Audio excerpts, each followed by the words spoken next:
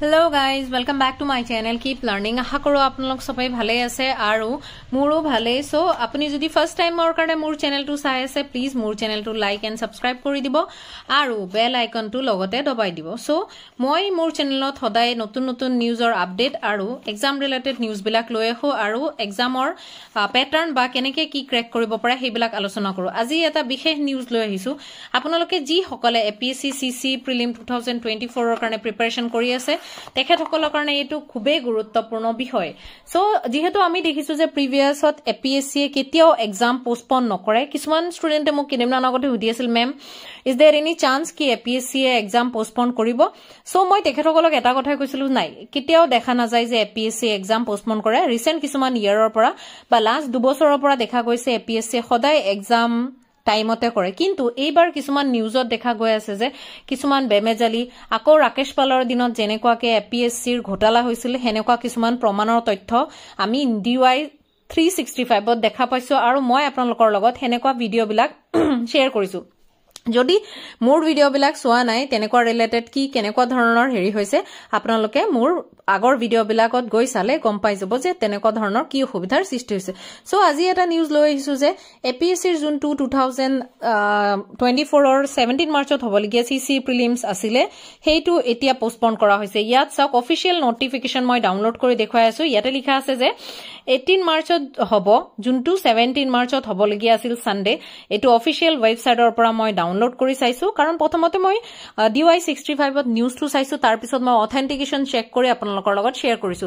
এতিয়া কথা হল কি ৰিজনত এপিএসসি সিসি প্ৰিলিমছ সানডেৰ জায়গাত মানডে দিছে হেইটো এতিয়ালৈকে আমি গম পোৱা নাই। কিন্তু কথা হল যে এনেকুৱা সিচুৱেচন এটা আপোনালোকে কেনেকে হেৰি কৰিব। যদি আপুনি মানে আগতে সানডে আছিলে তেতিয়া কি কৰা আছিলে আমাৰ যোনখিনি ওয়াৰ্কিং প্ৰফেশনাল হয় বা যিবিলাক গভৰ্নমেন্ট এক্সাম হোল্ডাৰ স্টুডেন্ট হয় যিবিলাকে এপিএসসিৰ কাৰণে প্ৰিপেয়াৰ কৰি আছিল তেখেতৰ কাৰণে ভাল আছিলে।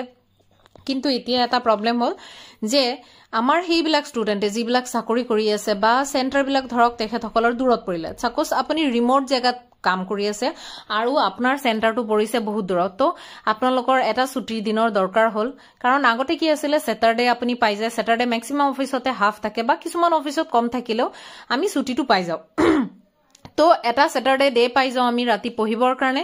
এগেইন কি হয় আমাৰ হেৰি হয় আজি কি হৈছে এবাৰ সানডে তো আমি পঢ়াৰ টাইমটো পাই আছো যদিও কিন্তু সানডেৰ দিনটো আমি পোৱা নাই। তো বহুত পৰীক্ষাৰ্থীৰ ক্ষেত্ৰত এটো এটা অসুবিধাৰ সৃষ্টি হোৱা দেখা যাব। সো আপোনালোকক কাইন্ডলি মই এটা কথা অনুৰোধ কৰিম যে যি সকল পৰীক্ষাৰ্থীয়ে ওয়াৰ্কিং প্ৰফেশনাল হয় বা বেলেগ দূৰৰ পৰা গৈ পেলাই সেন্টাৰ বিলাক দূৰত পৰিব আপোনালোকে কাইন্ডলি এটা কৰি থব যে আপোনালোকৰ যোনবিলাক ৰিগাৰ্ডিং এমপ্লয়াৰ হয় বা প্ৰাইভেট হক বা গভৰ্নমেন্ট এমপ্লয় এতিয়াৰ পৰাই নিজৰ ছুটি বিলাক প্লিজ হেৰি কৰি থব আপোনালোকে এপ্লাই কৰি থব। কাৰণ 17 মাৰ্চ কিছুমান এমপ্লয়াৰে বহুত ইমিডিয়েট নোটিছত আপোনালোকৰ যদি আপুনি নোটিছখন দিব খুজে তো লিভ এপ্ৰুভ নকৰে। তো আপোনালোকে আগৰ পৰাই 18 মাৰ্চৰ টু লিভটো এপ্ৰুভ কৰি থব। গভৰ্নমেন্টে যিহেতু অলৰেডি এপিএসসি এৰ যোনটো অফিচিয়েল ওয়েবসাইট আছে তাৰ পৰা মই চেক কৰি চাইছো 18 মাৰ্চ মানডে থব আপোনালোকৰ প্ৰিলিম। সো আপুনি হেতু কাৰণে এতিয়া এটা কাম কৰিব লাগিব আপুনি ভালকে পঢ়িব লাগিব। আৰু এটো কি ৰিজনত হৈছে এটো নাজানো বাট এতিয়া ৰিসেন্ট কেদিনমান আগত আমি এটা নিউজত চাইছো যে এসএ পেপাৰখনত কিছুমান ষ্টুডেন্টে অত্যাধিককে বেছি মাৰ্ক পাইছে।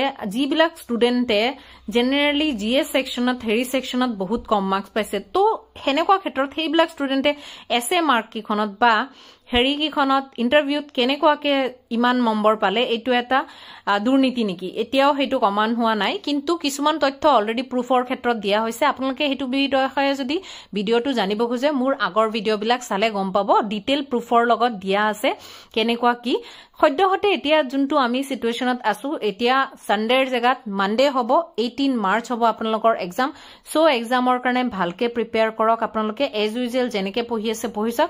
টিল নাও এতিয়ালৈকে এটোই আপডেট আছে আৰু যদি পোষ্টপন হয় আৰু কিবা সিচুৱেচন হয় মই আপোনালোকক আপডেট দি থাকিম। আৰু এনেকুৱা আপডেট বিলাক পাবৰ কাৰণে আপুনি মোৰ চেনেলটো লাইক এন্ড সাবস্ক্ৰাইব কৰি দিব আৰু বেল আইকনটো দবাই দিব। আৰু এতিয়া এপিএসসি যি সকল পৰীক্ষাৰ্থীয়ে এক্সাম দিব আপোনালোকৰ এডমিট কিটা এসপ্তাহ মান আগতে আহি যাব। মই এডমিটৰ নোটিফিকেশনটো আপোনালোকক দি থাকিম। আপোনালোকে ডাউনলোড কি কৰিব লাগিব আৰু লগত কি কি নিব লাগিব। এপিএসসিৰ এক্সামত আপোনালোকক লগত একো নিব নিদিয়ে।